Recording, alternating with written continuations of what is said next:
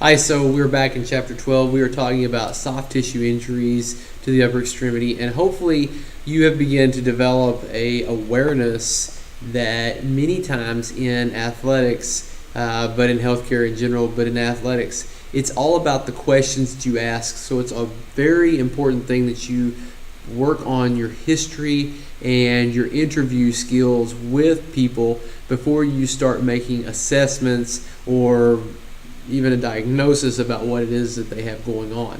So I want to just break this down into four really easy categories, kind of make this very elementary for all of us so that we can become very good at just a few things and not worry about a lot of other things. So starting out, some of the soft tissue about the upper extremity. First of all, you have a bicep muscle, and obviously that's right here on the front side of your arm. On the back side, you have your tricep muscle. And either of these two muscles, as well as any muscle in the arm, can develop a strain. And that's typically an acute injury, something very abrupt happened with a well-described mechanism. And when it happened, they usually feel a pop or something tear, or they can identify a very quick incident that caused pain. So this is part of your history. You've asked the right questions. Do you remember what happened? Yes, I was throwing and I felt a pop, and now I have pain here where I felt a pop. And you, because you're the professional and the practitioner, you know what the anatomy probably was, and so you can assess that down and boil it down to saying, well, it's probably a strain. What do I do for strains? You rice it, you rest it, you ice it, you compress it, you elevate it. And that's just what you do. Next thing on our list is epicondylitis. Epicondylitis is more of a chronic condition. And so your history, your questions that you ask are going to get you answers more like, I don't really know what happened. It's not going to have a very well described mechanism. They're going to tell you things like, I've been throwing a lot, I've been doing this a lot, and now I have pain. But it doesn't hurt me all the time. It just hurts maybe like after I do this or while I'm doing this, but then it goes away when I rest. Epicondylitis is a unique thing because it happens at the elbow, but we don't always know how to control it because we treat it as an elbow injury. The pain is felt at the elbow, but what I want you to understand, and I'm rotating my own arm over here so I can show you, the lateral epicondyle here, there is a large mass of muscle that helps with extension of the wrist, and that happens to be at the lateral aspect of the elbow. Well, the muscles control the wrist from the elbow, and so when those muscles contract and shorten right there, my wrist extends. The same for the medial side. I have a muscle mass on the medial side that flexes my wrist. And so the muscles are attached at the elbow, but then they run tendons down.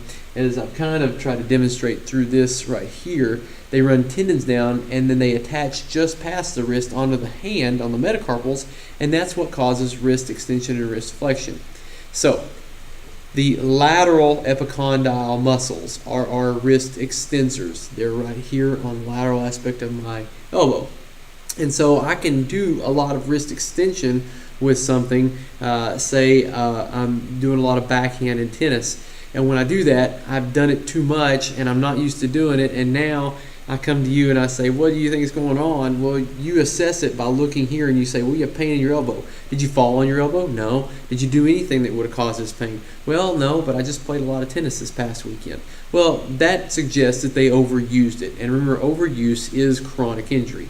So here we go with epicondylitis, and we're saying, all right, there's an epicondyle that's named after the bone, and now you've caused an inflammation in that area. Now, that inflammation has to be controlled, but it's not controlled at the elbow. It's controlled where? At the wrist. And so if a person does have an epicondylitis, a true epicondylitis, they need to have control put on the wrist.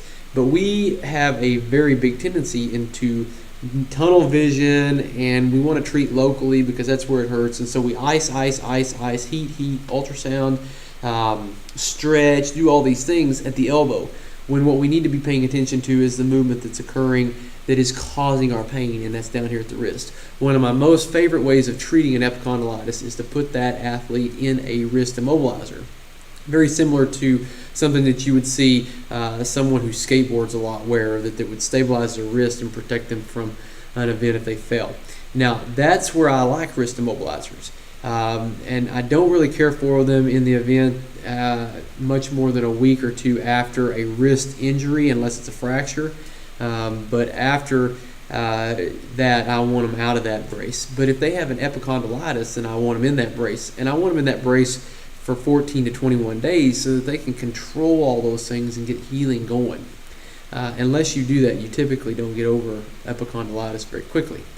Next one on our list is contusions. Contusions happen to muscle, but they also happen to bone. And the ulna, remember from the last video I said, is not very susceptible to fracture, but it is susceptible to a lot of bruises because in sports we might get hit there.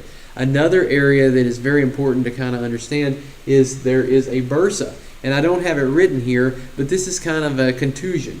There is a bursa located right here on the edge of the elbow called the olecranon process. The olecranon bursa sits. And maybe you have had this happen, or you know someone who has. They fell and they've hit their elbow like on a wooden surface at the basketball court, and then they have this big poofy sac on the end of their elbow. Well, that's olecranon bursitis. And remember what a bursa is it gives fluid to a joint or an area where there's a lot of muscles that come together. Well, and that's what this does.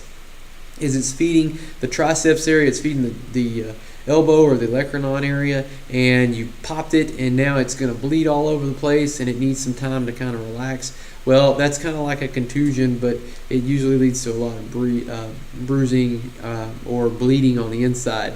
And therefore, you've got to control it with your modalities: rest, ice, compression, elevation. Specifically, though, compression. Next on my list is neuritis. Now, neuritis comes in at a very different level. Epicondylitis can develop a neuritis. Neuritis, though, is a inflammation of a nerve. And so there are two big nerves that come through the elbow that we really see this most commonly with, and that is the ulnar nerve and the radial nerve. More commonly with the ulnar nerve. The ulnar nerve passes on the inside of the elbow, kind of right here. And I know all of you know this nerve because you've whacked your elbow on something and your hand is kind of tingled. And you kind of shake it like this and you say, "I hit my funny bone." You got it. And when you hit your funny bone, what you did was you smacked your ulnar nerve because it has kind of a superficial location at the elbow. And so when you smack it, you feel it pretty quick, and it happens to be usually right here in these two fingers. Well, that's where it's going to happen. Neuritis is a pretty bad problem, though, because it means inflammation has occurred at the nerve level. And if that's occurring at the nerve level, it's going to distribute itself down the hand, and it also causes weakness. This is something that you need to refer out because you're probably not going to be able to take care of it alone without pretty specific medicinal help and rehabilitation by a trained therapist. So you want to make sure that you're watching those pretty close. Those are our soft tissue injuries that we see most commonly in the arm and the upper extremity. There are a few more that you will see in the hand, like a ganglion cyst. I'll let you kind of read about that. Those are not as much involved with athletics, and typically we send those out. That's just a little cyst at the top of the wrist. The other things that I see that are pretty common are bruises in the hand, which are specific to fat and muscle of the hand. But then just taking care of having good wound care, that's the other soft tissue side of things too. If you have any questions, please make sure you're emailing me. Hope everything's going okay. See ya on the next module.